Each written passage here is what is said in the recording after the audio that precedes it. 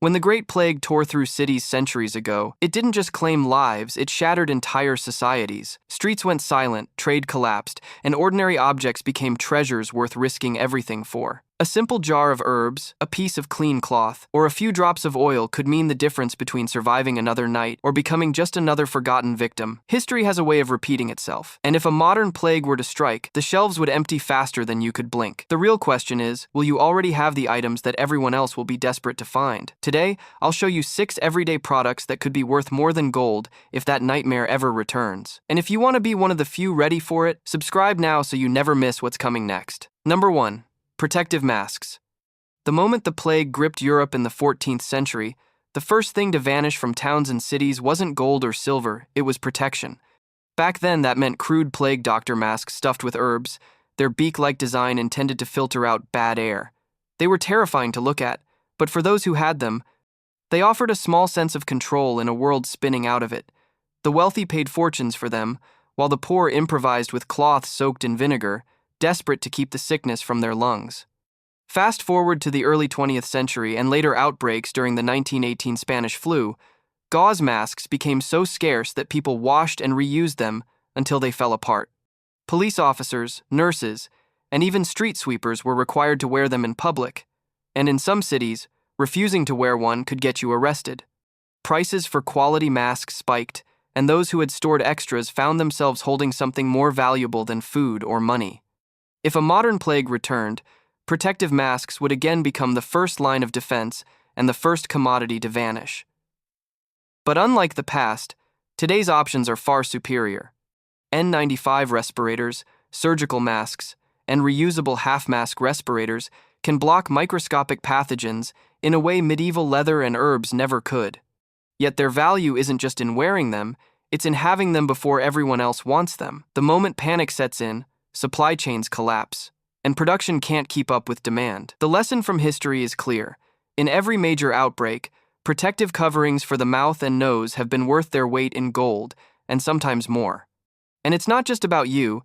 Extra masks can become barter items, gifts for neighbors, or lifesavers for family when the stores are stripped bare. Store them in a cool, dry place, sealed against dust and moisture. Rotate your stock, keep both disposable and reusable options, and learn how to fit them properly. In a world facing the return of a deadly plague, a box of masks could be the difference between life and infection, and no amount of gold will matter if you can't breathe clean air. Number 2. Medical-grade disinfectants. When the Black Death swept across Europe, people didn't understand germs, but they understood fear. Towns reeked of smoke from burning herbs, vinegar was splashed across floors, and anything believed to purify the air was hoarded. Merchants sold rosewater and camphor oil for absurd prices, claiming they could ward off the sickness. The rich soaked cloths in aromatic mixtures and carried them everywhere, while the poor settled for plain vinegar, scrubbing their homes in desperate attempts to keep death away. Centuries later, during the 1918 Spanish flu, disinfectants finally had science behind them. Carbolic acid, Lysol, in its earliest, far harsher form, and bleach solutions became household staples. Newspapers published recipes for homemade disinfectant washes, urging people to scrub doorknobs, railings, and any surface that hands might touch. Stores sold out within days, and the prices climbed so high that theft of cleaning agents was reported in multiple cities. In modern times, we've seen the pattern repeat. When COVID-19 first hit, hand sanitizer, bleach, and disinfecting wipes disappeared overnight. People paid triple or more for a single bottle, while others resorted to dangerous homemade substitutes. Hospitals themselves struggled to get enough, proving that even in a world of advanced manufacturing, supply chains can crumble under the weight of global panic. If a plague returned today, medical-grade disinfectants would again be a survival essential. The key difference is that now we know exactly what works: alcohol-based hand sanitizers with at least 60% ethanol, bleach solutions mixed to CDC guidelines, and hospital-grade disinfectant sprays that kill bacteria, viruses, and fungal spores within minutes. The value of disinfectants in an outbreak isn't just in keeping your hands clean, it's in keeping your environment safe. Pathogens can live on surfaces for hours or even days, and in the chaos of an outbreak, one contaminated countertop or door handle could infect an entire household. Wiping down high-touch surfaces, sanitizing groceries and deliveries, and keeping shared spaces clean can mean the difference between staying healthy and watching sickness spread through your family. Disinfectants are compact, easy to store, and relatively cheap until a crisis hits. In a shortage, a single gallon of bleach or a small box of disinfectant wipes could be traded for food, medicine, or other critical supplies, but you'll only have that leverage if you prepare ahead of time. Stock them now, rotate your supply, and store them safely away from children and pets. Because if history has taught us anything, when the plague comes knocking, the power to kill invisible threats will be worth far more than gold. Number 3. Shelf-stable protein. When the plague struck medieval Europe, it wasn't just disease that killed, it was hunger. Entire villages were quarantined, trade routes shut down, and fresh meat became a rare luxury. Those who survived often relied on whatever protein they could store without spoiling. In coastal towns, barrels of salted fish were worth their weight in silver. Inland, smoked sausages and cured hams hung from rafters, sometimes lasting an entire winter. Protein wasn't just food, it was strength, stamina, and survival in a body weakened by fear and illness. By the time of the 1918 Spanish flu, preservation methods had improved, but the challenge remained. With so many farmhands sick or dead, meat production slowed dramatically. Canned beef, tinned sardines, and powdered milk became staples for soldiers and civilians alike. In some areas, peanut butter, a relatively new invention, became a prized protein source because it didn't require refrigeration and lasted for months on the shelf. Fast forward to today, and we've seen history repeat. During COVID-19, grocery store shelves were stripped of canned tuna, beans, jerky, and protein powders within days of lockdown announcements. For many, these were not panic purchases, they were strategic moves. Protein keeps the immune system strong, fuels recovery from illness, and wards off the muscle loss that comes from inactivity or malnutrition. If a new plague hit, especially one that restricted movement or cut off fresh food supply, shelf-stable protein would again become a survival necessity. Options today are far broader than in centuries past.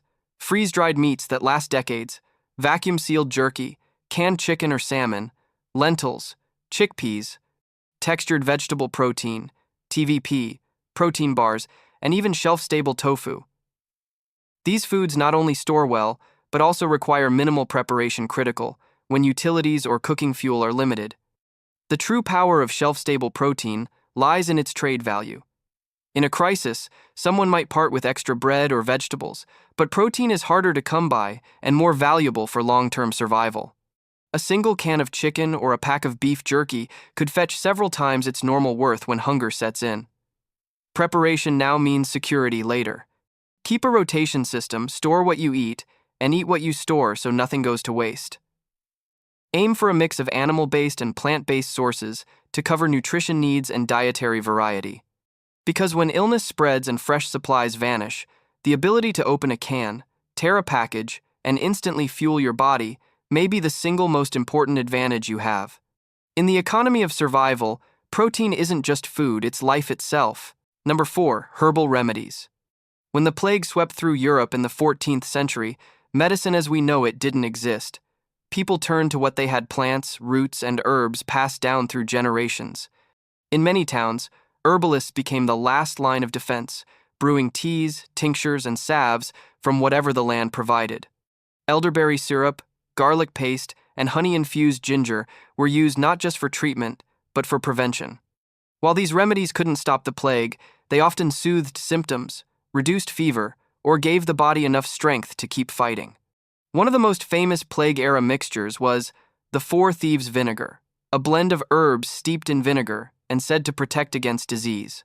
According to legend, a band of thieves used it while robbing the sick without falling ill themselves. Whether myth or truth, it became a staple in apothecaries across Europe. Other common remedies included thyme and rosemary for clearing the air, sage tea for sore throats, and chamomile to calm the nerves of the terrified. By the time of the 1918 Spanish flu, science had advanced, but herbal remedies were still widely used, especially in rural areas. Echinacea, peppermint, and licorice root were brewed into teas to open airways and ease coughing. Honey and lemon mixtures were given to boost energy and soothe inflamed throats. For many households, these remedies were not an alternative to real medicine. They were the only medicine available when doctors were hours away or hospitals were overwhelmed. In modern outbreaks, from SARS to COVID-19, herbal remedies have reappeared in survival discussions not as cures, but as immune support and symptom relief. Vitamin C-rich rose hips, elderflower teas, turmeric with black pepper, and garlic capsules became staples in prepper kits. Even mainstream health agencies acknowledge that while herbs cannot replace medical treatment, many contain compounds that reduce inflammation, provide antioxidants, or support respiratory health. The advantage of herbal remedies in a crisis is clear. They can be grown, stored, and prepared without needing a pharmacy. Dried herbs like oregano, thyme, and mint can last for years if kept in airtight containers. Tinctures and infused oils can be made ahead of time and stored for long periods. In an extended lockdown, they can provide both physical relief and mental comfort, a crucial factor in maintaining morale during prolonged stress. Herbal remedies also carry trade value in a collapsed supply chain. A jar of elderberry syrup or a packet of echinacea tea could be worth far more than its weight in gold to someone desperate for relief. The lesson from centuries of outbreaks is simple. Stock your pantry with healing plants now and learn how to use them. Because when modern medicine is scarce, the wisdom of the past may be the best defense you have. Number 5. Protective clothing. During history's deadliest outbreaks, survival often depended on a single, simple barrier: what you wore. In the plague-ridden streets of 17th century Europe, doctors donned the now infamous plague doctor outfits: long waxed coats, leather gloves, boots, wide-brimmed hats, and the iconic beaked masks stuffed with aromatic herbs. Though primitive by today's standards, these garments created a physical barrier between the wearer and airborne disease particles, blood, or infected bodily fluids. In an era when the cause of illness was still misunderstood, protective clothing provided both a measure of safety and psychological reassurance. Fast forward to the 1918 Spanish flu, and the principle remained the same: limit exposure. Nurses and caregivers wrapped themselves in long aprons, used cotton masks, and wore gloves at all times. Many improvised their gear by oiling or waxing outer garments to make them more resistant to moisture and germs. Rural families, lacking access to proper medical supplies, often stitched their own protective wear from old coats, bed sheets, and even canvas, layering fabric to reduce penetration of droplets. In modern epidemics like SARS, Ebola, and COVID-19, protective clothing has evolved into high-grade PPE, personal protective equipment. This includes full-body coveralls, N95 masks, goggles, face shields, and disposable gloves, all designed to shield every possible entry point for pathogens. But during a crisis when supply chains collapse, access to this equipment becomes scarce, forcing people to adapt with what they have. Heavy raincoats, rubber boots, gardening gloves, and even ski goggles can serve as improvised substitutes when proper PPE runs out. The logic is straightforward. The less exposed skin and breathable surface area, the lower the risk of contamination. Layering is key, wearing an inner set of clothes for comfort and an outer sacrificial layer that can be removed and washed or discarded before entering a clean space. Thick fabrics, smooth surfaces like vinyl or coated canvas, and easily washable materials all increase the protective value. Maintenance is just as important as the clothing itself. During the plague, garments were smoked over fires or soaked in vinegar to kill pests and germs. In modern times, disinfectant sprays, hot washing, and sun-drying are essential to ensure protective gear remains effective. A single contaminated glove or unwashed coat can undo all other precautions. Beyond personal use, protective clothing also holds barter value in a pandemic or post-collapse market. In past outbreaks, clean gloves, coats, and masks were as precious as medicine, sometimes more so, because they could be reused. History proves a simple truth. When an invisible enemy is in the air, your first shield is the barrier you place between it and your skin. Stocking protective clothing before disaster strikes isn't paranoia, it's preparation born from centuries of hard lessons. In a world where contagion can spread faster than news, the clothes on your back may decide whether you see tomorrow. Number 6. Soap and personal hygiene supplies. When plague swept across Europe in the 14th century, people had little understanding of germs, but those who valued cleanliness often fared better.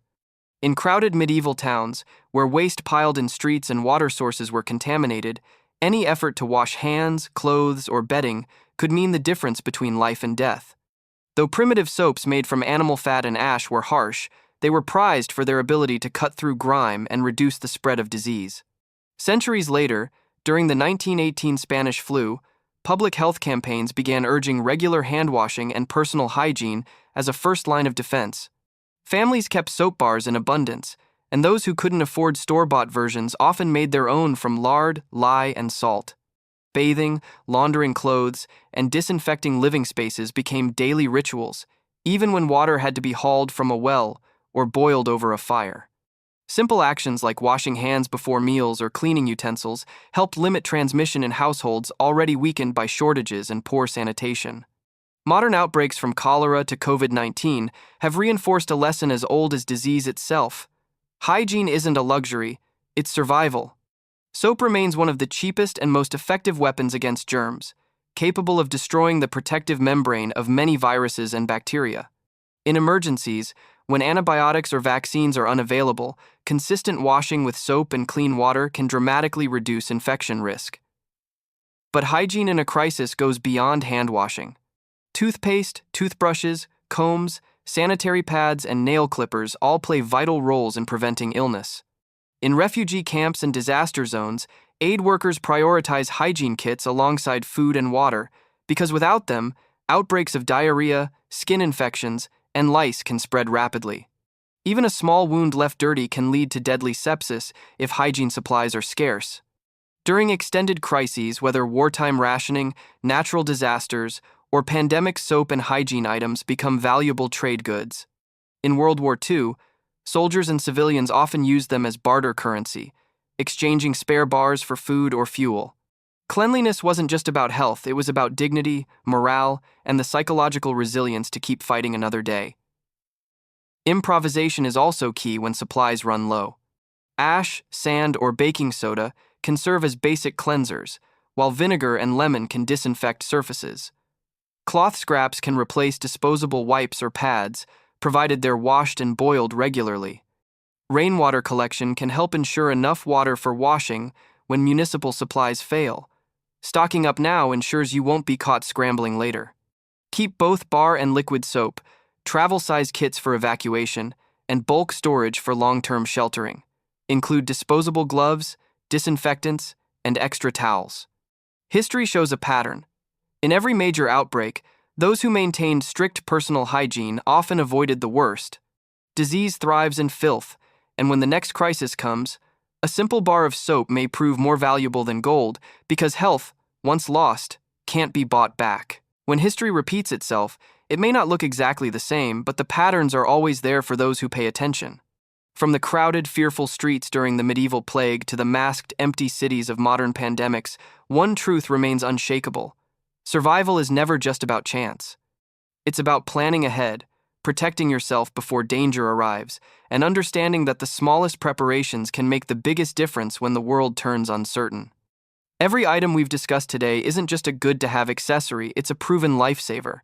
Protective masks, shelf-stable protein, herbal remedies, protective clothing, hygiene supplies, these are the kinds of things that have kept families alive during history's darkest health crises. They aren't luxuries. They're the difference between being vulnerable and being ready. The people who survived the worst outbreaks weren't always the strongest, the wealthiest, or the most skilled. They were the ones who acted early. They stocked up before shortages, they learned how to use what they had, and they made sure their households could endure weeks or even months of disruption. That's the mindset we all need to adopt now, while shelves are still stocked and choices are still ours to make. Don't wait until the next crisis catches you off guard. Start small if you must, but start now. A mask in your drawer, food in your pantry, and supplies in your cabinet could one day mean the difference between safety and struggle. History has already given us the warnings, it's up to us to listen. If you found this breakdown helpful, subscribe and hit the bell icon right now. Every week, we share practical, time-tested survival tips that could one day protect you and the people you care about most. Because in uncertain times, knowledge and preparation are worth more than gold. Stay ready, stay safe.